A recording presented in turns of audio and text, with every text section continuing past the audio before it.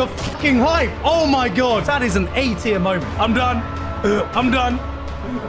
What we're going to be doing today is we are going to be ranking every One Piece arc. Why are we doing this? Because I have just recently caught up to the entirety of One Piece. I'm talking purely from the manga. I've almost completely caught up to the manga. It's hype as fuck, okay? I need to get this off my chest. One Piece is absolutely fucking amazing. I just need to gush for a bit, and this is my way of gushing because I don't know enough One Piece fans out there. The One Piece fans I do know are just not as caught up as I am. I know you guys exist. I know you guys are out there, but none of my immediate friends that I've seen recently are One Piece fans. Aside from Mahara, I've been in England. This is my way just to talk about One Piece because I feel like I haven't had a chance to properly talk about One Piece in detail. I've talked about the fact that I really like One Piece. I've talked about the fact it's like an S-tier manga and anime and shonen. Maybe not anime actually. Anime is debatable, but definitely manga.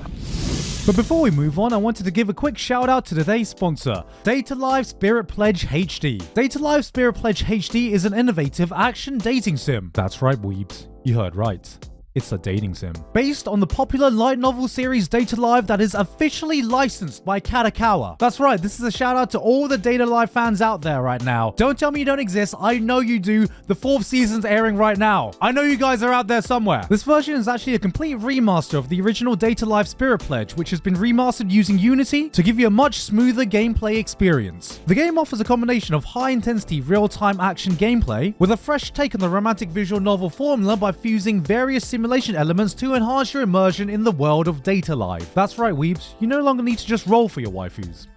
You can date them too. In the game, you can control or interact with various spirits in battle and story stages and form a strong bond and connection with them. But not only can you interact with all of your favorite girls from Data Live, but there are also a diverse amount of outfits. Some of them are even rare in the anime itself. Not only that, but this game is more challenging and strategic as ever. Different attributes for different characters weaken each other, making the fights more challenging and making you really need to think about the strategy going into them. The remaster's not out just yet, so get out your calendars. It is officially launching on June 9th. So if this sounds like the game for you, what are you waiting for? Click the link in the description to give it a go today. Thank you very much again to Data Life Spirit Pledge HD for sponsoring me today. Back to the video. I guess we're just going to go in the order that is given for us. So the One Piece arcs go from absolutely amazing peak manga to kind of mediocre-ish. Some arcs are just a bit more of a slog, but I don't believe like any arcs is worth like dropping over or worth like completely skipping. Especially since we've gotten to the point where there could be like one piece of fucking foreshadowing that Oda put in there that like foreshadowed the shit that's going on now. Luffy could be taking a shit and like 1,000 chapters later, it could be like the Stinky Poo Poo Island arc. I wouldn't put it past Oda to fucking do that. Gomu Gomu no Poo Poo.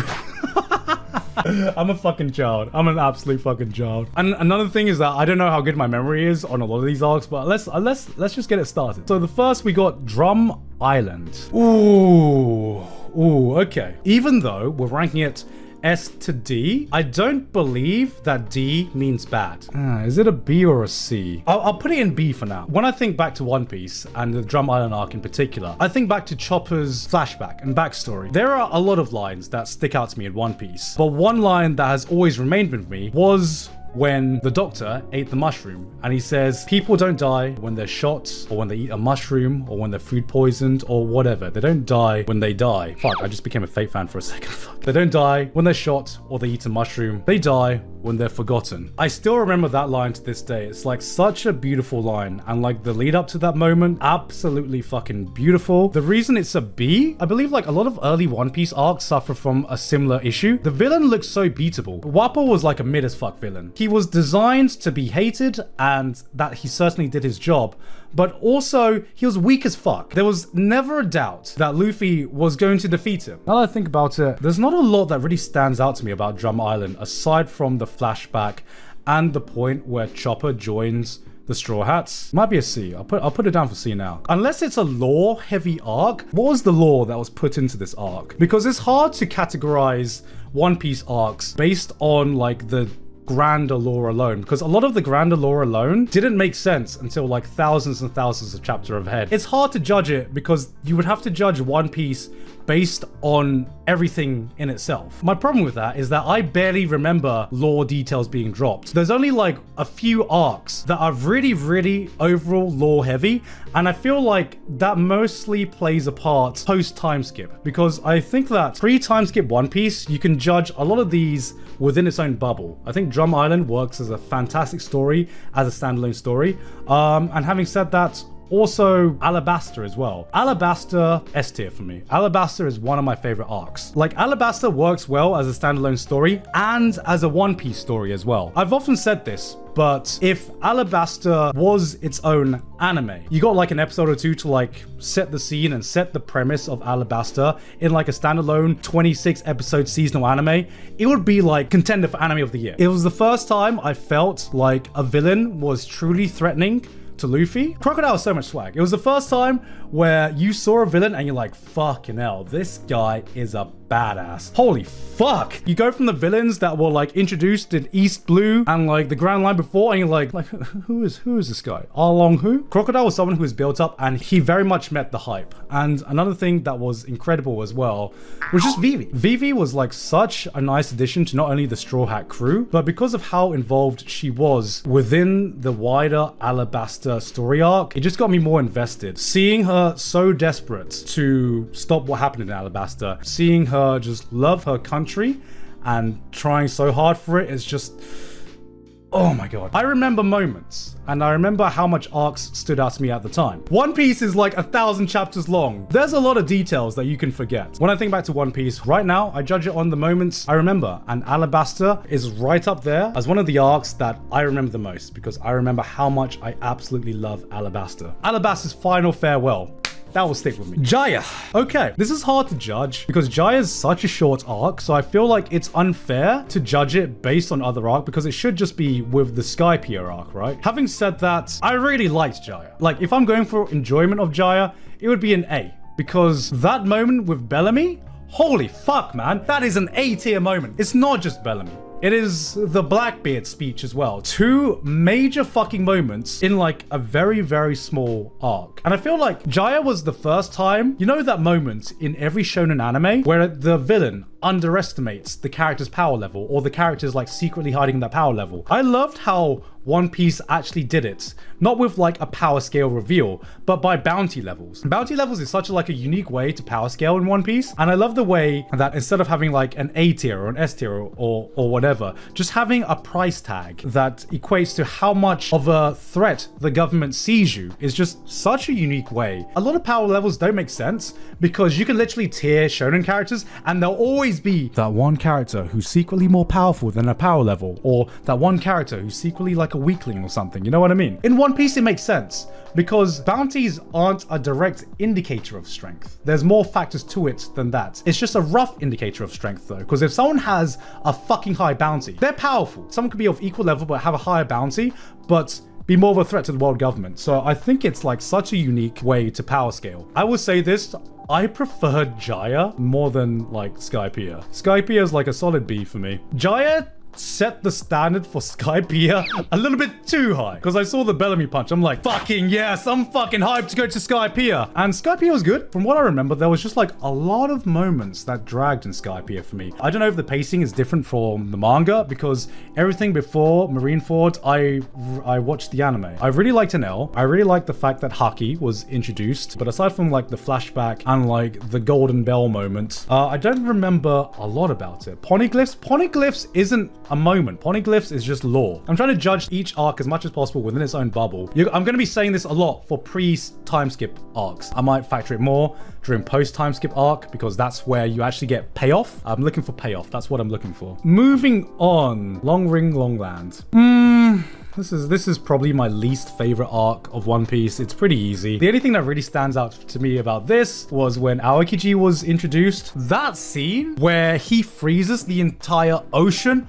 Holy fucking shit. There was no better way to introduce how strong admirals were. Just that one scene. It like blew my mind when I first saw it, because I'm just like, That's the power ceiling that Luffy has to reach? Aside from that, I don't really remember a lot of it. It's my least favorite arc. Moving on, Water 7, easy S tier. Easy S tier. And while we're at it, Enies Lobby. I guess I gotta start with Water 7. I don't know why this is counted as two different arcs when they're both like the same arc. Before I start talking about this, post Enies Lobby, that's its own arc. I'm gonna treat all this as the same because I don't know what the difference is between post Enies Lobby and just Enies Lobby. Here's another reason why I'm not trying not to factor like a lot of the lore dumps into the individual arcs. Like one of my favorite parts of One Piece, you know that moment after every arc, you get a flash of what everyone else is doing in the world and bounties get updated and stuff like that. That's like one of my favorite moments in like One Piece. That part I group in with the arc that preceded it. If post Enies Lobby is just what happens post Enies Lobby, then this is I just put it in with Enies Lobby itself. Water 7 is fucking incredible. This has been by far the biggest conflict we've had between the crewmates. You had Luffy versus Usopp. We all knew the outcome of that battle, but it didn't make it any less emotional. There were so many moments that hit me in this arc, and that is one of the moments that really stands out. The thing that shocked me the most about that, it didn't even occur to me that the crew could have a conflict together. Before Water 7, you just always felt that this was like a happy-go-lucky series. It was like a good feeling show aside from like when they fight a villain or whatever's going on in the wider world or in flashbacks, but you felt like the crew was tight. Before the fight, I just remember the tension building up, and it was the point where like Sanji, when he kicked Luffy, I'm just like, fuck man, I felt bad. I was gonna say like Frankie and Robin's backstory, which at the time I thought it was like one of the saddest backstories in One Piece so far. I don't know if that still holds true. Even after that, you had everything going on with Nico Robin, seeing her character development and seeing her character shift from being this like cold-hearted woman who was always detached from the crew, seeing her properly not only being accepted, but wanting to be a part of the crew. You saw Robin being one of the Straw Hats in this arc, and seeing that turn was so emotionally gratifying. The I want to live line, holy oh my god, I need to step back. I need to step back for a second. I'm getting emotional, guys. I'm getting emotional talking about this. I had so many fucking emotions. You got obviously that. You're crying. But before that, Soga King, shoot the flag. Oh, the hype, the fucking hype. Oh my god. And like that walk up to the face off against the CP9, chills, man, chills. Not only that, you had them just declaring war against the world government. We went from like a PogChamp moment to a Bible thump moment within the space of like a few panels. But guys, it doesn't end there. You want more? How about Gear 2nd Luffy? How about Gear 3rd Luffy? In one fucking arc. Do you know what's incredible? I've said all this. I've fanboyed this much. I don't even know if it is the best arc of all time of One Piece. The fact that Oda can drop this and be like, nah, wait a minute, we've got more coming, just says so fucking much, but it's definitely in the top 5. Romance Dawn, I feel like it's a C. It sets the stage, yeah, but there's not really much I remember about it. I mean, it just introduces Luffy, it introduces Shanks, introduces Zoro and Nami and all that stuff. Yeah, it's a C. I don't really have much to say about this. Orange Town, D tier. It's my second least favorite arc after Long Ring Long Land. I just didn't think that Buggy was all that interesting a villain, and in the time of Orange Town, he won me over. A lot of you guys are judging this retroactively. Buggy gets to be like a more interesting character later on in the series. You know, I'm not going to deny that. But at the time of the arc, like when you're first getting into One Piece, he's I was gonna call him a clown. I'm done. Buggy review over. Buggy reviewer. He's literally a clown. Like literally and in every other sense of the word. I feel this way about a lot of early One Piece arcs where I don't think they're bad, but especially Orange Town and especially Syrup Village. Those are the arcs that make it like harder for people to get into One Piece, because those are the arcs where you find elements where I could understand. Like, you know, Buggy was just like an annoying clown. I can understand if new readers are like, I found Usopp really annoying. I get the whole point of why Usopp lies and everything like that. It was like a nice little touch to his character with the backstory and everything, but he was like pretty damn annoying in Syrup Village. He's a fucking god now. You know, he's a fucking god, but I felt like his backstory was weaker than the backstory of some of the other Straw Hat crews. And I don't think Kuro was a good villain as well. To me, Orange Town and Syrup Village is some of the more forgettable moments of One Piece, and I feel like it's those two arcs in particular that are responsible for maybe putting a lot of people off One Piece to begin with. You know that meme where One Piece fans are like, it gets better in like 50 episodes? I think a lot of that is to do with just how Orange Town and Syrup Village is. And then we get to Baratie. It's either B or C for me. I'm gonna put it B. Baratie, I think, yeah, it was definitely better than Drum Island. A lot of One Piece fans talk about how Arlong is the turning point for when One Piece, you know, gets good. But I really think that was Baratie. I think Baratie is when One Piece gets good. Arlong is when you see some amazing moments in One Piece. Like, Arlong is when you see One Piece's first amazing moment. But there are still like some really, really good fucking moments in Baratie. Obviously, you have Sanji's backstory and you have Mihawk. Thinking back now, like, Mihawk might even push Baratie into A tier. Like, the Mihawk moment, I think, was the moment that sold me on One Piece. Okay, here's how amazing the Mihawk moment was. It sold me on One Piece in the 4Kids dub. You know, a moment must be fucking amazing if it sold me during the fucking 4Kids dub. But I'm going to keep it in B just for now, just in case there are a lot of A tier stuff that I'm forgetting with other arcs. B is for Baratie. Baratie is when One Piece gets good. But then Arlong Park is when One Piece has its first absolutely killer. If you don't like One Piece after Arlong Park, you probably don't like One Piece, period. Arlong Park is A tier, maybe S tier. Probably A tier, just because of like the absolute standard of S tiers. So that actually works perfectly. You got B for Baratie, A for Arlong Park. The Nami moment, fucking incredible. It was the first moment in One Piece that left me speechless. There are a lot of moments in One Piece that left me speechless, but that moment where she takes the knife and she stabs the tattoo, stabs the arm, I was just completely silent. You could hear a fucking pin drop if, you know, Nami wasn't saying anything. That was the moment that sold me on just like how good One Piece could get. The only moment that has topped that kind of moment in my mind, the Nico Robin moment. And that's why Enies Lobby is in S tier. After that, that was completely followed by one of many epic walks you've seen in One Piece. Like that shot where Luffy gives her the hat, and then you zoom out to just the squad shot. You know the fucking squad shots. Like, One Piece is the master at squad shots. There is no other anime that gives me the complete goosebumps as much as One Piece squad shots. Because you know why? They earn it. It's like a short burst on really what One Piece is about. Alabasta is like really, really fucking long. Arlong Park has like a really short burst of like emotional moments. It has hype moments. And it's a lot shorter than some of the longer, more epic arcs. And I remember showing Arlong Park to Sydney.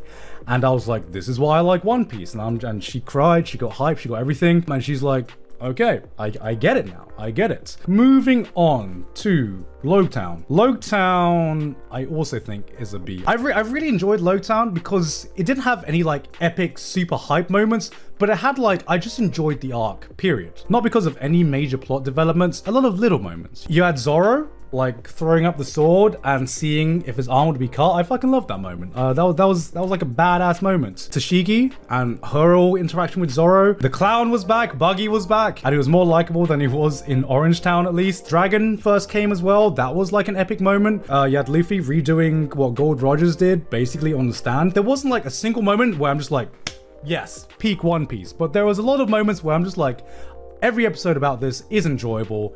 It is a strong B for me. And you had Smoker being introduced as well. Because as you guys wrongfully tried to accuse me of, Smoker was introduced in Logtown. And I fucking love Smoker. What a badass. Reverse Island. I'm going to put that C. I don't really remember much about Reverse Island. Laboon was just... it was an okay. It was an okay story. The most interesting thing about Reverse Mountain for me was just learning about the Grand Line. Learning about how the Grand Line works, because, you know, the Grand Line was like built up as the Giga Chad of seas. Just seeing like Reverse Mountain, that scene where they share their dreams, they put their legs on the keg and they toast to it, they're going off to the Grand Line. That was like the most interesting part for me. And seeing how complicated it was to navigate the Grand Line. You know, that all of that was interesting to me. It feels more like a transition arc rather than a full-on arc itself. So that's why it goes to C. Then we have Whiskey Peak. You know what? I'm gonna do something crazy, guys. I'm gonna do something crazy. I'm gonna put it in B. We're going by enjoyment, right? I enjoyed Whiskey Peak as much as Logtown.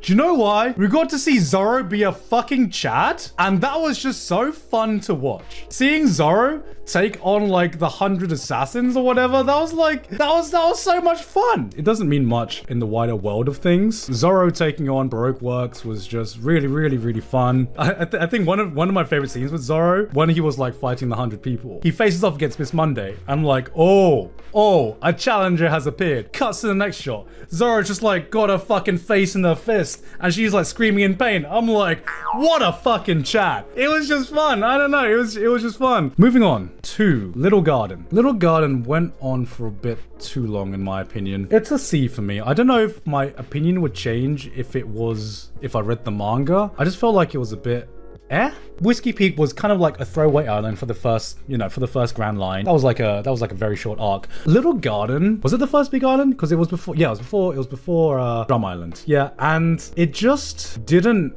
meet my expectations, I guess. Looking back, I'm like, how the fuck did they have such a hard time with Mr. 3? The Giants were the thing that I liked the most out of Little Garden. Like, I loved their backstory. I loved them as characters. So we get to Thriller Bark. This one's hard. Here's how I see Thriller Bark. Thriller Bark is a C tier arc with A to S tier moments in it. That's how I see Thriller Bark. So do I just like take an average and go B tier, or do I judge it on the moments that define it? I'm gonna go on the moments that define it. Some of the best moments in One Piece have been in Thriller Bark. It's not all bad, but I don't think that Thriller Bark even got like remotely interesting until they started fighting, was it Oars? There was like one moment that stood out before the Oars fight, and that was Luffy putting the zombie back down. Aside from that, before the Oars fight, there wasn't really anything about the arc that stood out to me. I thought Gecko Moria was really disappointing as a Shishibukai. It was a slog to get through a lot of this arc. Having said that, obviously the Zoro moment. As you can see with Whiskey Peak, I am a Zoro simp. My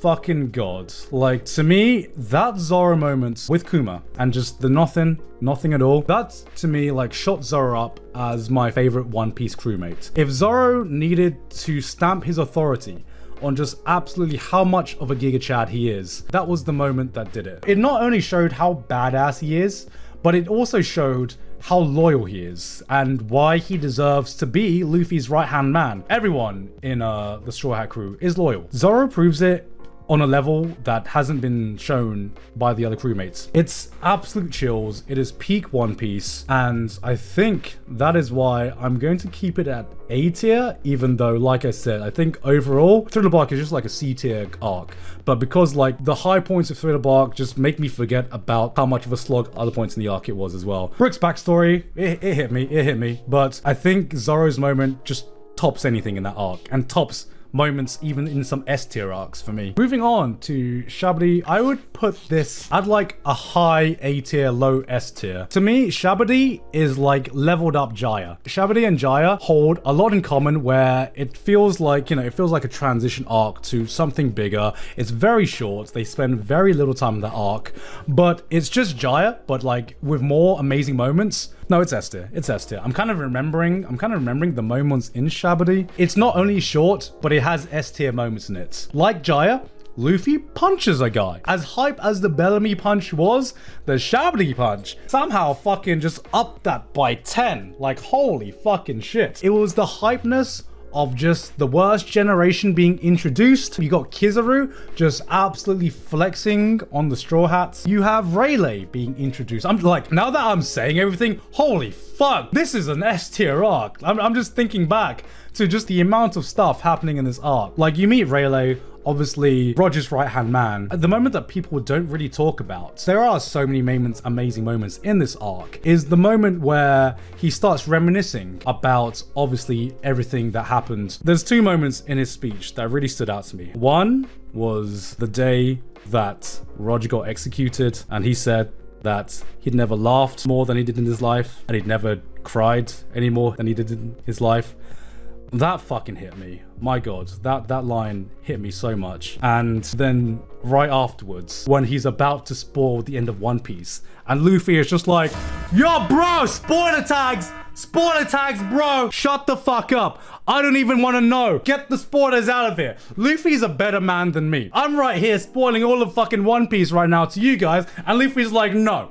No spoilers. I don't want any of that shit. Let me experience it for myself. The thing about Luffy is that he doesn't really get like character development in terms of you are seeing parts of Luffy that you didn't know exist anymore. There are very, very few points in One Piece that have done that. But there are plenty of points that remind you what kind of a person Luffy is. And that's one of those moments. Having just said that, there was one moment where we did see a new side of Luffy within this very arc, and that was Luffy's breakdown when everyone got transported away. This arc is so fucking stacked, and I completely forgot how stacked it was until I'm just like reminiscing about it right now. Shabody is like so clearly S tier. It ain't even like an argument. Okay, next. Amazon Lily, D tier. It was okay. I don't think there was any major developments that stuck out to me about Amazon Lily. Hancock was the best part of this arc. Impel Down. This is an easy A tier. Impel Down, I feel, gets overshadowed by how amazing Marineford is. I think Impel Down is the first time that we see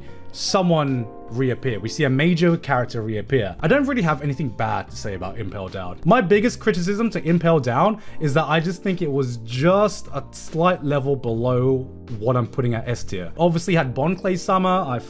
How would you make me care about that character? I remember when Bon Clay was introduced, I'm like, how do you cross a ballerina and a clown together and make me care about that? Impel Down, to me, is the highest A tier there is, because I think a lot of that is just overshadowed by how amazing Marineford was. Like, Impel Down, it had an amazing moment, but it felt like setup to Marineford. Marineford is easy S tier. It is up there in contender for the best fucking One Piece arc of all time. I like Enies Lobby and everything about Enies Lobby. Marineford, it's the only time in One Piece where from beginning to end, every single chapter was hype. Every single chapter was like a 9 or 10 out of 10. I think part of that is because, unlike a lot of other arcs, this one cannot stand on its own. This one isn't like a self-contained arc. Marineford was the builder of all of One Piece so far, on top of every single chapter being like a 10 out of 10. Because, you know, you look at Wano, you look at Enies Lobby, you look at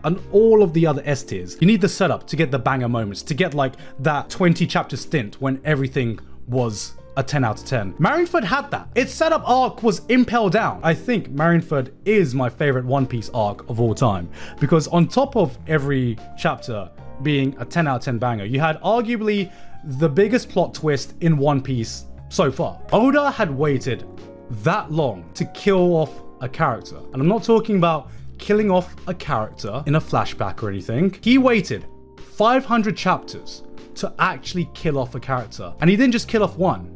He killed off two. He waited 500 chapters to make a death fucking stick and mean something. And holy fuck. Everyone talks about the big developments, but one of my favorite things about the Marineford arc that doesn't really get talked about, it was just one line. It was just this one line from Whitebeard. You had like his crew, for some reason, referring to him as a father. I remember like reading that, and I'm just like, well, I guess every One Piece crew needs that like quirk, right? I guess they all need that quirk. And then just reading that line and then just building up to the moment where you see just a short flashback of him in his younger days and just him ignoring the treasure and saying that all he wants is a family. I expected something big to happen with like other developments, but that line, it just like fucking sucker punched me, man. Because I just wasn't expecting that line to come out then. Because I was just like, this is done. I'm already like emotionally invested. It just brought everything full circle and just tied everything together about their crew in the most beautiful way.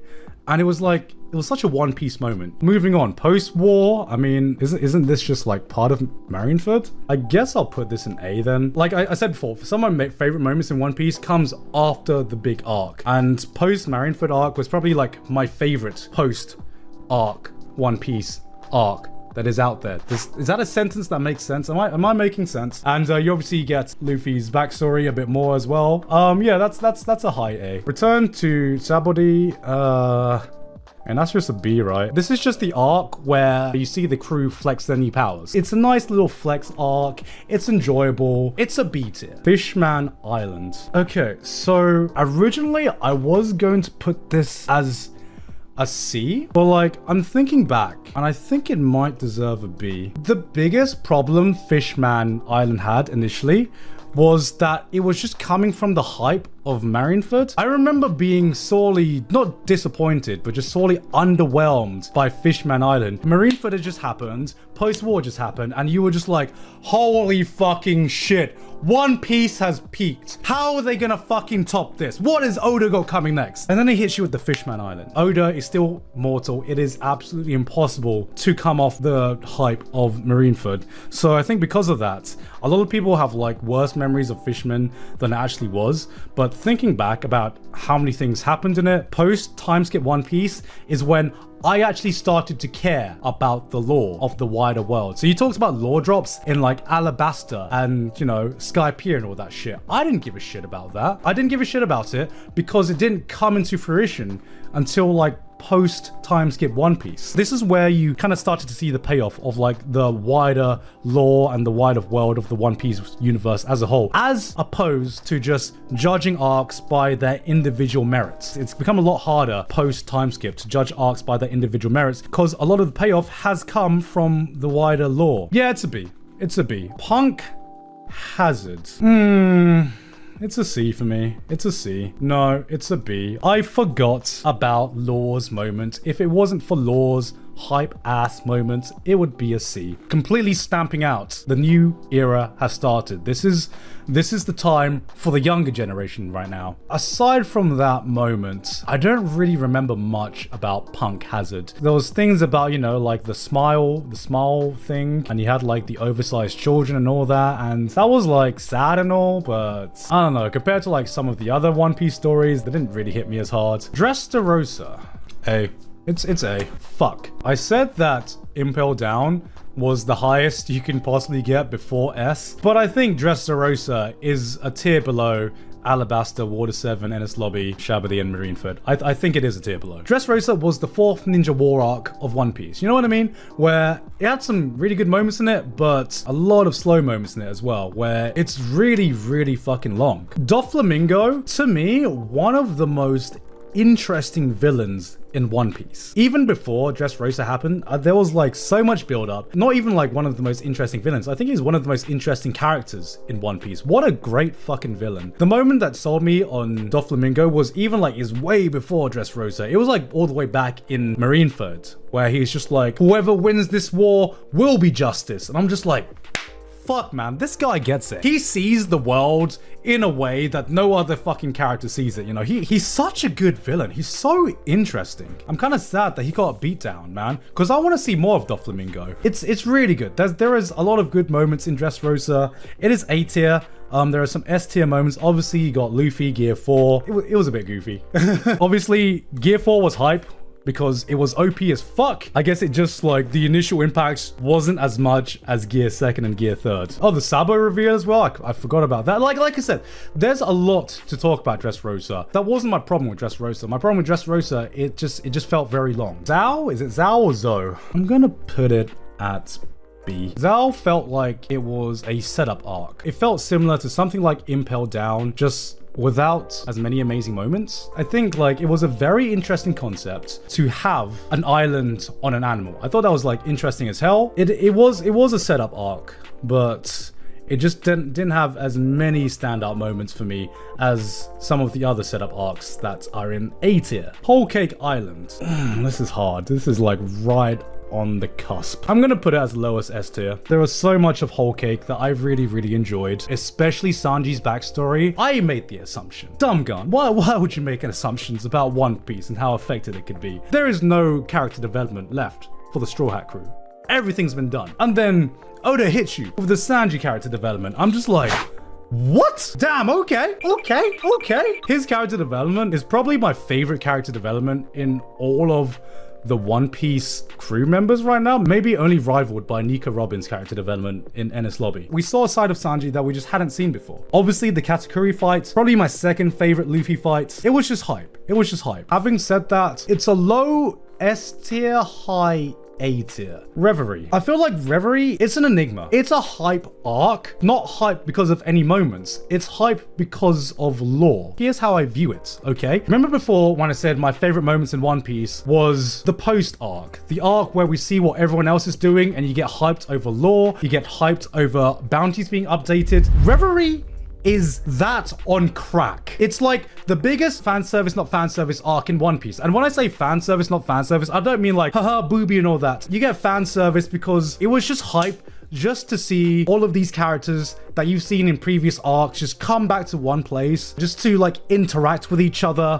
It was so hype just to see. Reverie was like the biggest lore dump we've had over the One Piece universe, and that itself was hype. For enjoyment, I'll rank it in A tier. Moving on. Now, Wano is the only arc out of these all that haven't finished yet. S tier. S tier. Can you even argue that Wano is not an S tier? The only argument I would accept about Wano is that it might not be the greatest One Piece arc of all time. That's the only argument I will accept about Wano. If you haven't started Wano, and if you haven't read Wano, oh boy, do you have a good time ahead for you. Wano takes everything that is great about One Piece and puts it in like almost a self-contained arc. If you're not going to say that Wano is the best arc in One Piece, which I don't know yet because it hasn't ended yet, but Wano is definitely, to me, the best kind of self-contained story arc. The only thing that can really challenge that to me is Marineford. Wano to me is like a self-contained story. It says a lot when Wano is an arc that requires 3 acts. It's a 3-act arc. Maybe I'm completely biased because this is just recency bias and I'm coming off the hype of just having caught up with it. But my fucking god, the payoff we're getting right now, unfucking matched. Holy fuck, man. Wano's the one arc I don't want to talk about too much because out of every arc so far, I feel like most people might be a bit iffy about Wano spoilers because some people watch the anime and some people read the manga. I'm going to be very vague about what the latest developments are. What I will say, it's proven to me once again that somehow 1,000 chapters in, Oda can still peak himself. And it's incredible. It's absolutely incredible. I'm gonna keep it at that right now. But what I will say is that Wano is definitely peak One Piece. That is it. Oh, that felt good. I'm like Luffy after Gear 3, man. I need to like deflate as for a moment. That is me ranking every arc in One Piece. Doesn't matter if we might prefer different arcs, or I might like one arc or one moment more than another moment. Maybe your favorite moment is slightly something different, but I don't care, man. Because at the end of the day, if you're a One Piece fan, we can be friends. One Piece itself is S tier. Since catching up to Wano, I've been on like that One Piece hype and I just needed to vent. Anyway, guys, I hope you enjoyed the stream. This has been a very filled stream. If you're a fellow One Piece fan, don't worry, bro. We're Nakama. Hope you guys enjoyed everything and I will see you all next time. Bye.